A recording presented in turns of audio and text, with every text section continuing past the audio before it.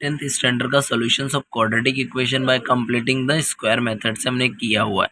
तो completing the square method एक बार मैं फिर बता दूं आपको होता क्या है।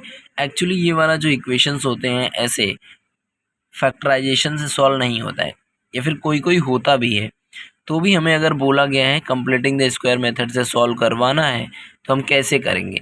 तो इसमें होता क्या है, आपको पहले चेक करना है ये फैक्टराइजेशन से हो रहा है कि नहीं। ये तो हो जाएगा मेरे ख्याल से, ठीक है, बिकॉज 8 छंग 48 या फिर 12 चौक 48 वाले में हो जाएगा। लेकिन अगर मान लो हमें बोला ही है कि कंप्लीटिंग द स्क्वायर मेथड से करो, तो कैसे करेंगे।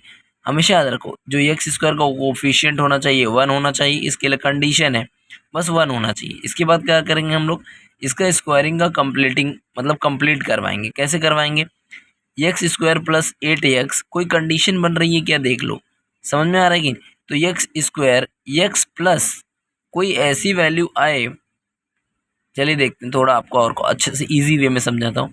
तो एक कांस्टेंट को साइड में रख देना है, एक्स प्लस 8x को लिखना है प्लस यक के, यानी कोई कांस्टेंट वैल्यू हम एक मान रहे हैं, इक्वल टू यहाँ पर जो वेरिएबल होगा उसको लिखना है, प्लस ए हम एज अ कांस्टेंट लेंगे, एक्स प्लस है दी होल स्क्वायर। हमेशा याद रखो एक्स स्क्वायर के बाद जो साइन होगा वही साइन बीच में यहाँ भी आएगी। इसको एक्सपांड कर देना है, a plus b the whole square का फॉर्मूला क्या होता है, a square plus 2ab plus b square. तो इसको एक्सपांड कर दिया, फिर कंपेयर कर देंगे ये बीच वाले टर्म को बीच वाले टर्म से, या के को ए स्क्वायर के टर्म से। तो हमारे पास ए की वैल्यू आ जाएगी और के की वैल्यू आ जाएगी। अब करना क्या है, हमारे पास जो इक्वेशन था एक्स स्क्वायर प्लस 8x को, उसके बाद हमें क्या करना है, के की वैल्यू को एक बार प्लस कर देना है एक बार माइनस कर देना है, और बाद में जो हमारा कांस्टेंट है -48 एज इट इज़ लिख देना है, इक्वल टू 0 लिख देना है। अब इतने इक्वेशन को देखो कि कंप्लीट स्क्वायर हमारा बन गया।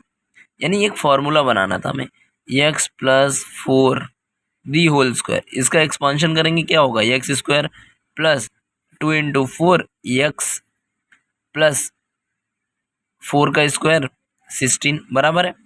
तो हमारे पास बच गया -16 -48 इक्वल टू 0, ठीक है।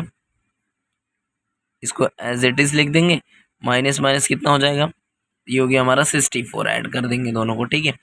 अब क्या हो रहा है, ए भी एक कंप्लीट स्क्वायर है, यानी कि X plus 4 the whole square 8 का स्क्वायर होता है, ठीक है।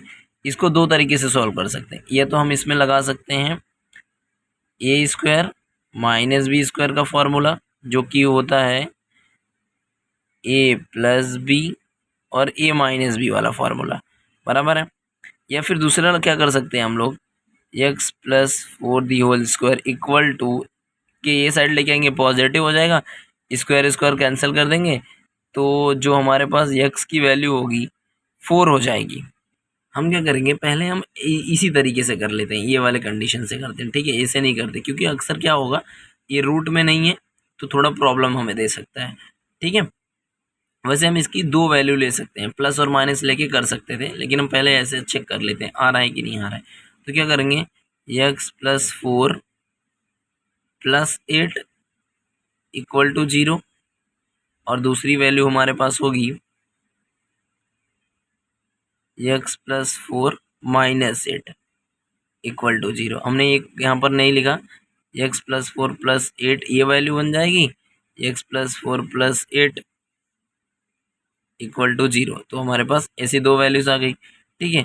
तो हम क्या करेंगे, एक्स प्लस 12 इक्वल टू 0, यानी कि एक्स इक्वल्स टू -12 आ जाएगा, ये पहला वैल्यू आ जाएगा। यहाँ पर प्लस -4 इक्वल टू 0 और एक्स इक्वल्स टू 4 आ गया, ठीक है। हमारे पास दो रूट्स आ गए, एक -12 एक 4 आ गया, यानी कि -12 and 4 roots of the this above quadratic equation.